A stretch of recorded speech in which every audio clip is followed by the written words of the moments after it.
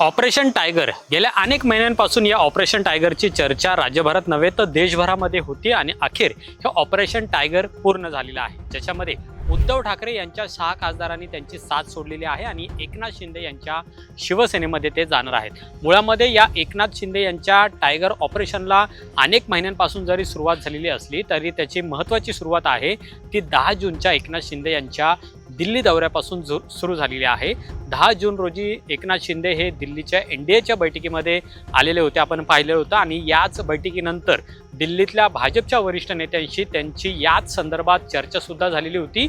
किती खासदार आपल्यासोबत येत आहे याची सुद्धा चाचपणी एकनाथ शिंदे यांनी त्या दिवशी केली आणि आता आपण पाहतो की 14 जूनला ठाकरे गटाची जी बैठक खासदारांची उद्धव ठाकरे यांनी बोलवलेली होती, ज्याच्यामध्ये फक्त 4 खासदार उपस्थित होते। इतर खासदार हे ऑनलाईन आणि वेगवेगळ्या पद्धतीने उपस्थित होते आणि त्यावरूनच ही खासदार फुटीची आणि ऑपरेशन टायगरची चर्चा पुन्हा एकदा सुरू झाली। 2 दिवसापूर्वी म्हणजेच आपण पाहिलं की 16 जूनला काही खासदार ठाकरेंचे हे तातडीनं विमानाने दिल्लीला गेले अशा पद्धतीची चर्चा सुरू झालेली होती। पण हे खासदार जे आहेत ते दिल्लीला न जाता ते राजस्थानला उदयपूरला गेलेले होते अशी सुद्धा माहिती आता मिळत आहे। यासाठी खास विशेष विमानाची व्यवस्था आहे ती सुद्धा करण्यात आलेली होती। म्हणजे पुण्यावरून आपण पाहिलं की ओमराजे निंबाळकर हे विशेष विमानाने रात्री उशिरा दिल्लीला न जाता ते राजस्थानला गेले। तिकडे संजय बंडू जाधव असतील किंवा नागेश अष्टीकर असतील आणि संजय देशमुख असतील हे सुद्धा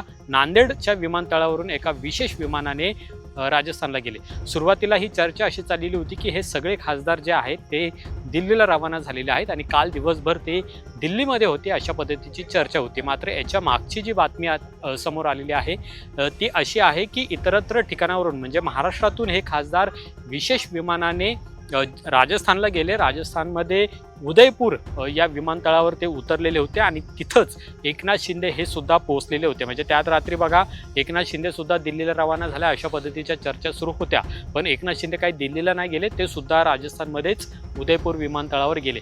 त्या ठिकाणी अतिशय महत्त्वाची एक बैठक साधारण 9 मिनिटांची झाली। ती बैठक अशी होती की लोकसभेचे अध्यक्ष ओम बिर्ला हे सुद्धा त्या ठिकाणी उपस्थित होते आणि या 6 खासदारांची ओळख परेड आहे ती लोकसभा अध्यक्ष ओम बिर्ला यांच्यासमोर झालेली आहे अशी सुद्धा माहिती आहे। तिथंच त्यांनी जे पत्र आहे ते लोकसभा अध्यक्षांना दिलेलं आहे अशी सुद्धा माहिती समोर आलेली आहे आणि त्यानंतरच या ऑपरेशन टायगरला अधिकृतपणे चर्चा जी होती ती सुरू झालेली होती।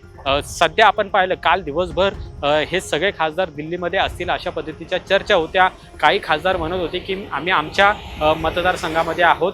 यामध्ये महत्त्वाचं म्हणजे जो संशय घेण्याला वाव होता तो म्हणजे ओमराजे निंबाळकर यांच्या हालचालींना, कारण की 16 जूनला मध्यरात्री ओमराजे निंबाळकर हे तातडीनं पुण्यावरून निघालेले होते आणि ते दिल्लीला गेलेले अशा पद्धतीची चर्चा सुरू होती। पण ओमराजे निंबाळकर हे राजस्थानमध्ये उदयपूरला गेलेले होते आणि तिथून साधारण 9 ते 10 मिनिटांची ही सगळी बैठक आटोपल्यानंतर तातडीनं ओमराजे निंबाळकर हे पुन्हा पहाटे पुण्यामध्ये आले। त्याचबरोबर संजय दिना पाटील आहेत हे सुद्धा मुंबईमध्ये आले अशी माहिती आहे। त्यामुळे हे जे ऑपरेशन टायगर गेल्या अनेक दिवसांपासून सुरू होतं त्याची प्रमुख चर्चा जी आहे किंवा ज्या काही हालचाली आपण ज्याला म्हणू शकतो त्या 10 जून नंतर सुरू झालेल्या होत्या आणि 2 दिवसामध्येच एकनाथ शिंदेंनी हे ऑपरेशन टायगर हे सक्सेसफुल केल्याचं दिसून येत आहे। आता या 6 खासदारांना वेगवेगळी आश्वासनं आहेत ती सुद्धा दिलेली आहे। म्हणजे आगामी लोकसभा निवडणुकीची उमेदवारी ती त्यांनाच मिळेल, मतदारसंघामध्ये त्यांना जास्तीचा निधी आहे तो सुद्धा दिला जाईल असा सुद्धा शब्द हा देण्यात आलेला आहे। पण दुसरीकडे हे खासदार वेगळे होत असताना ठाकरेंपासून जर कायदेशीर पेच निर्माण झाला तर त्याला कशा पद्धतीने सामोरं जायचं हा सुद्धा संशय आहे किंवा ही एक शंका आहे ती या 6 खासदारांच्या मनामध्ये होती आणि त्यामुळेच परवा रात्री आपण पाहिलं की एकनाथ शिंदे यांनी या 6 खासदारांसोबत व्हिडिओ कॉलच्या माध्यमातून संभाषण केलं, चर्चा केली। साधारण 30 ते 35 मिनिटं या 6 खासदारांशी एकनाथ शिंदे यांनी फोनवरून व्हिडिओ कॉल माध्यमातून चर्चा केलेली आहे। त्यांना शब्द दिलेला आहे, त्यांना धीर देण्याचा सुद्धा प्रयत्न केलेला आहे।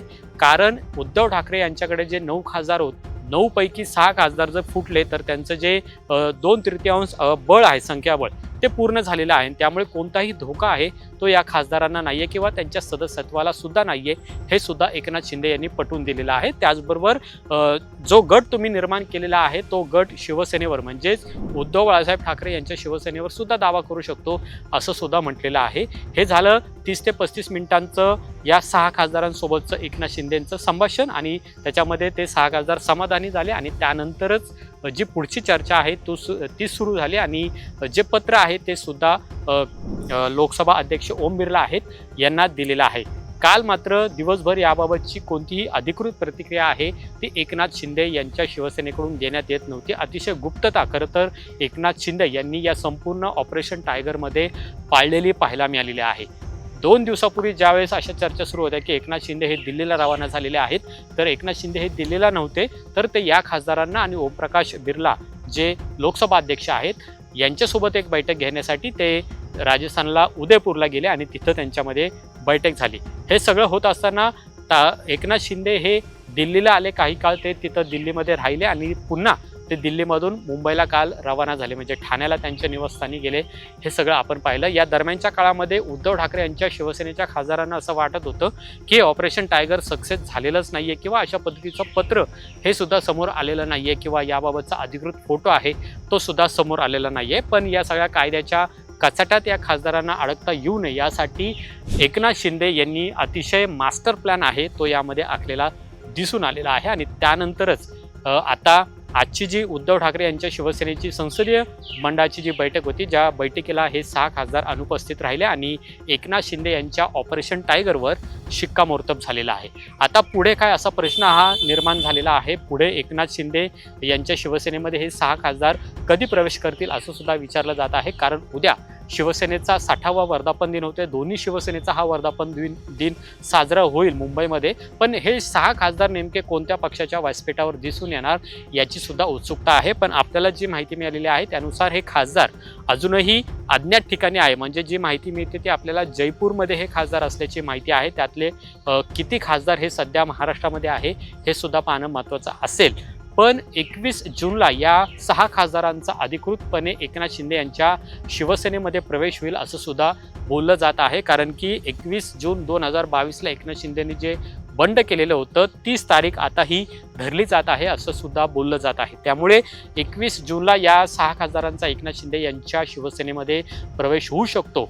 याआधी ठाकरे गटाकडून आता या 6 खासदारांना जे बंडखोर खासदार आहेत त्यांना नोटिसा सुद्धा धाडण्यात आलेला आहे. कारण की यांनी या जे पक्षाने व्हीप बजावलेला होता त्याचं उल्लंघन या 6 खासदारांनी केलेलं आहे. त्यामुळे त्यांना कारणे दाखवा नोटीस सुद्धा बजावलेल्या आहेत आणि 7 दिवसांच्या आत त्यांना लेखी उत्तर आहे ते पक्षाला कळवावं लागणार आहे. जर ते उत्तर दिलं नाही तर मात्र लोकसभा अध्यक्षांना भेटून ठाकरेंचे खासदार आहेत किंवा ठाकरेंचे प्रमुख नेते आहेत ते पत्र देणार आहेत की यांच्यावर निलंबनाची कारवाई करा, कारण की त्यांनी पक्षाच्या व्हीपचं उल्लंघन केलेलं आहे. आता हा सगळा कायदेशीर लढा असणार आहे. या कायदेशीर लढ्याला ठाकरे गटाला पुढे कितपत यश मिळतं हे सुद्धा पाहणं महत्त्वाचं असेल. कारण की या आधीच्या घटना जर पाहिला तर त्याच्यामध्ये उद्धव ठाकरे यांच्या पदरी ही निराशाच आलेली आपल्याला पाहायला मिळालेली आहे. त्यामुळे जे बंड 2022ला झालेलं होतं तसंच बंड आता 2026ला जे ठाकरेंच्या खासदारांनी केलेलं आहे ते सुद्धा यशस्वी होतं का हे सुद्धा पाहणं महत्त्वाचं आहे. पण एकूणच ऑपरेशन टायगरची जी इनसाइड स्टोरी आहे ती LS मराठीच्या माध्यमातून